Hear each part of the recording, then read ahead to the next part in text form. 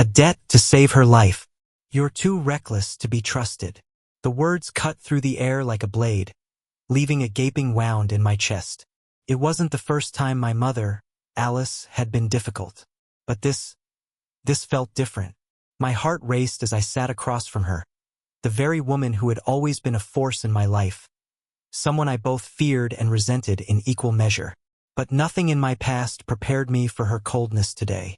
There I was, sitting in her living room, trying to hold myself together, but I felt the weight of her rejection crashing down on me. My 6-year-old daughter, Lily, was in a hospital bed, fighting for her life. Her tiny body was frail, covered in tubes, trembling with every breath. The doctors said it was only a matter of time before her condition worsened, and the experimental treatment she needed could save her.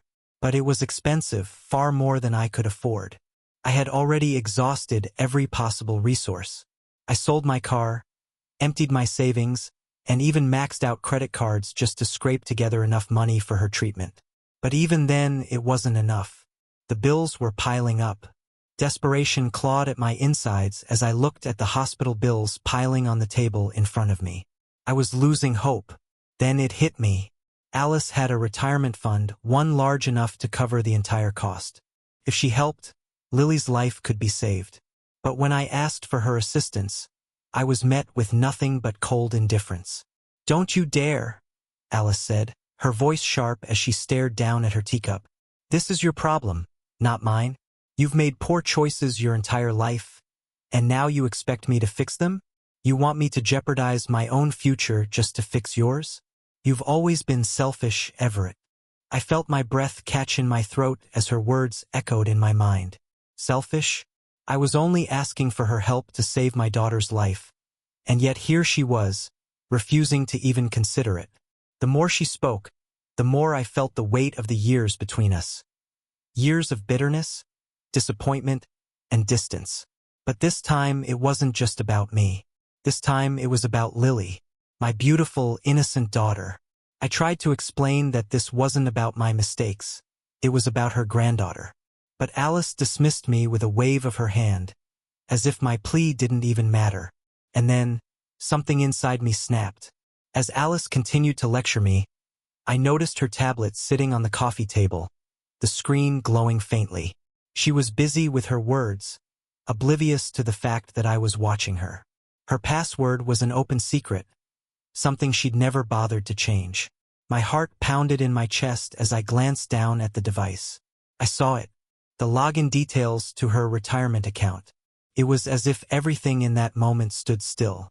Her money, the key to saving Lily's life, was right there in front of me. I didn't know if it was the desperation, the anger, or the love for my daughter that fueled me. But in that instant, I made a decision that would change everything.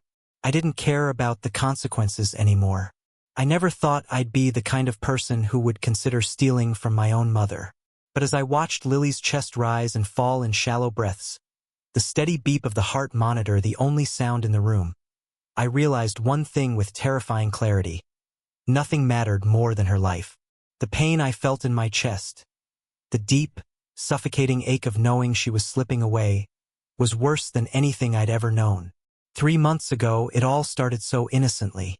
Lily had complained of joint pain, nothing serious, I thought. Growing pains, maybe. But then came the fevers. At first, it was just a mild fever here and there. But soon they were spiking, higher and higher, each one leaving her delirious, crying out in pain. It felt like the world was slowly crumbling around me. I remember sitting by her bed, holding her hand, watching her tiny body tremble under the covers, as if every breath she took was a battle. Weeks of tests and doctor's appointments brought us to a horrifying conclusion.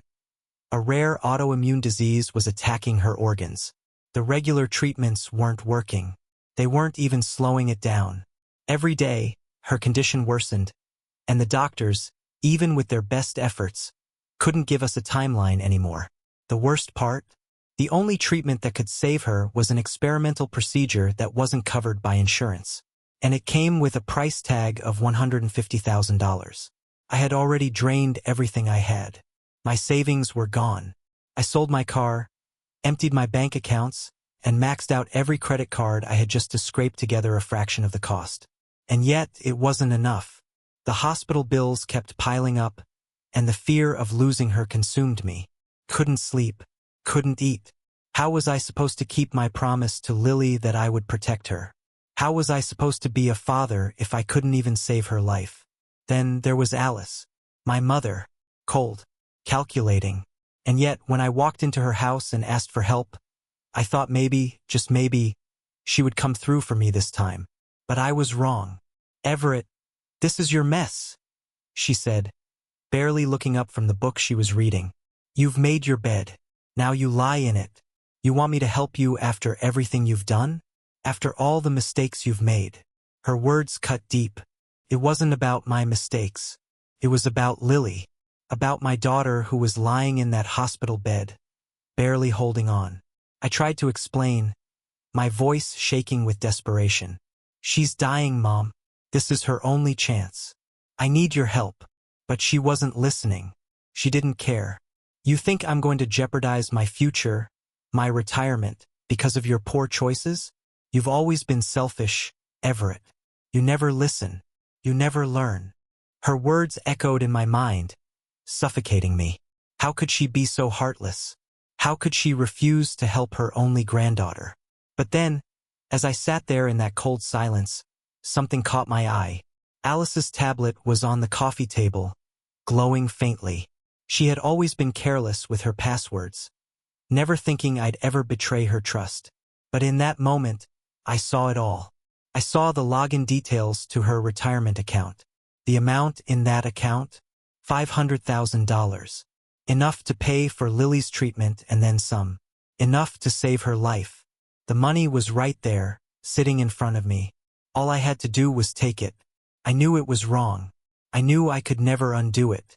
But in that moment, none of that mattered. My daughter needed me. She was dying, and I had no other options. I had to make a choice that would change everything.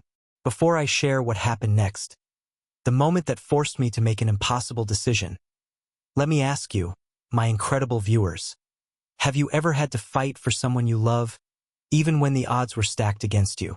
Drop your country's flag in the comments below and hit that like button if you've ever been in a situation where you had to make a tough call for the ones you care about. This story is just getting started. Stay tuned. The morning after I transferred the money from my mother's retirement account, I sat in a sterile hospital room, my hands trembling as I stared at the confirmation screen. I had done it. It was done. Lily's treatment could begin, and the doctors said there was an 85% chance it would put her into remission. The weight of the decision hung heavy in the air, but as I looked at her, lying there so frail but finally calm, I felt a rush of relief. I should have felt guilty. I should have been crushed by the consequences of what I had done. But in that moment, all I could think about was her. Lily, my little girl. For the first time in weeks, she seemed at peace, her face no longer twisted with pain.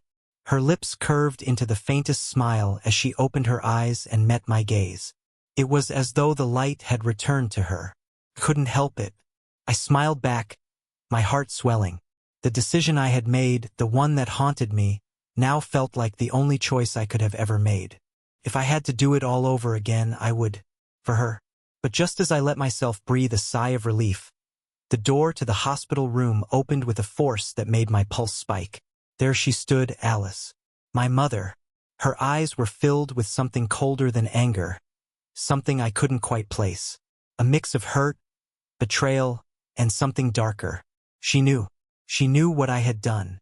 Her voice was barely a whisper, but it cut through the sterile air like a blade. "You think you can steal from your own mother?"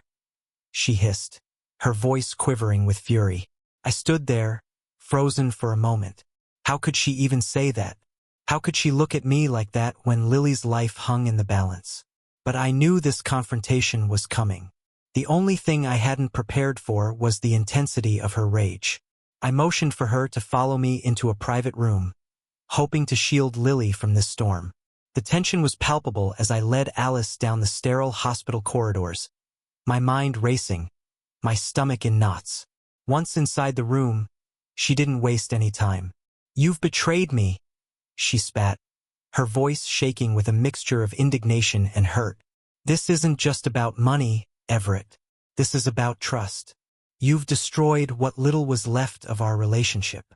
I took a deep breath, trying to steady myself, but my mind kept flashing to Lily, lying there with tubes running into her arms. How could she not see that this wasn't about me? This was about saving her granddaughter, about saving the one person who meant everything to me. Before I could respond, the door creaked open. My brother, Daniel, walked in. The tension in the room eased just a little. Daniel had always been the quiet one, the observer. But even he could sense that something was wrong, something much bigger than any family argument. Alice's eyes darted to him, her posture stiffening as though she had been caught in the act. Daniel didn't flinch. Without hesitation, he spoke, his voice calm but unwavering.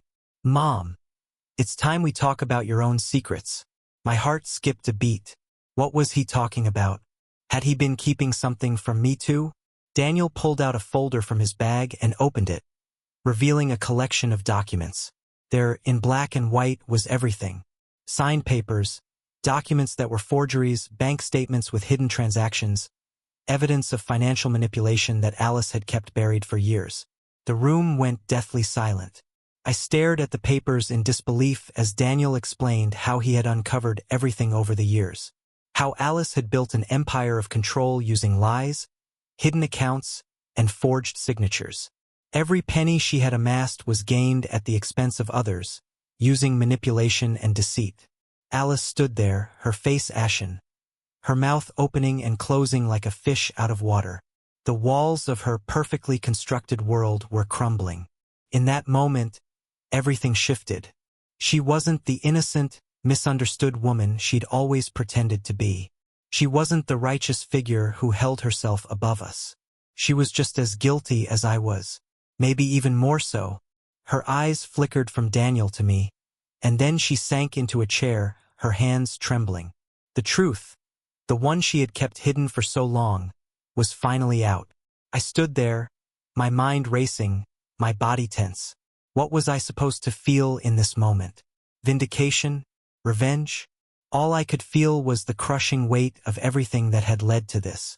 The guilt, the anger, the shame, but more than anything, I felt a strange sense of relief. The truth was out. At least now we could move forward. I looked at Daniel, his expression unreadable. He had known about Alice's manipulation for years, but he'd never said anything. He had let it all play out, waiting for the right moment to expose her. And now the moment had arrived. Alice opened her mouth, probably to defend herself, but no words came out. Instead, she turned away, the control slipping from her fingers. The silence in the room was deafening.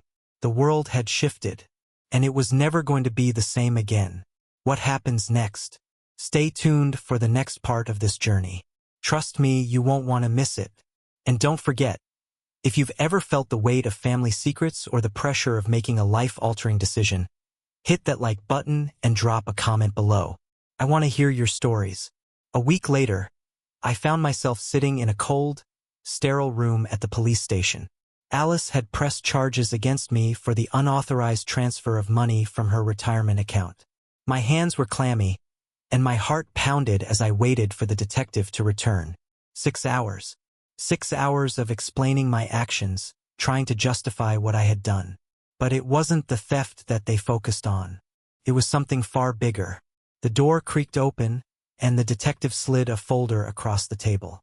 His gaze was steady, and there was a new intensity in his eyes. He didn't need to say a word. The documents in front of me spoke for themselves. Everything that Daniel had uncovered over the years, everything Alice had hidden, was laid bare. The Riverside property deal, the forged tax returns, the accounts she had kept under wraps. Every piece of evidence, each more damning than the last. I flicked through the pages, my mind racing. The more I read, the clearer it became. Alice wasn't just guilty of controlling me, of manipulating my life, my choices.